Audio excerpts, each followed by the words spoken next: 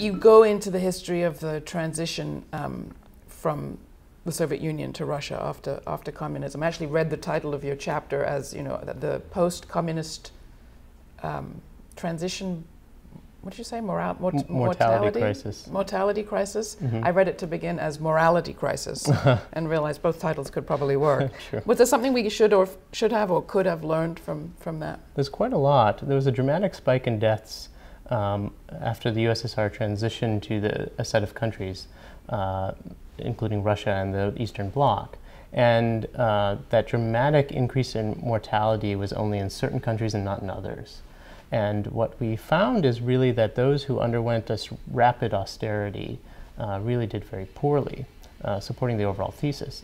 But what's also intriguing from that episode is how desperately the promoters of austerity attempted to claim otherwise.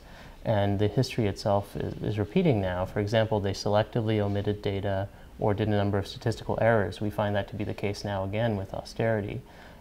They had tried to claim that it was all the alcohol program, but in fact the alcohol death rates don't explain the trend. And so historically we see the same response in terms of the criticism of safety nets through a sort of desperate attempt to cover the data. Yeah. And some of the very same people, Larry Summers, Jeffrey Indeed, Sachs. some of the same people.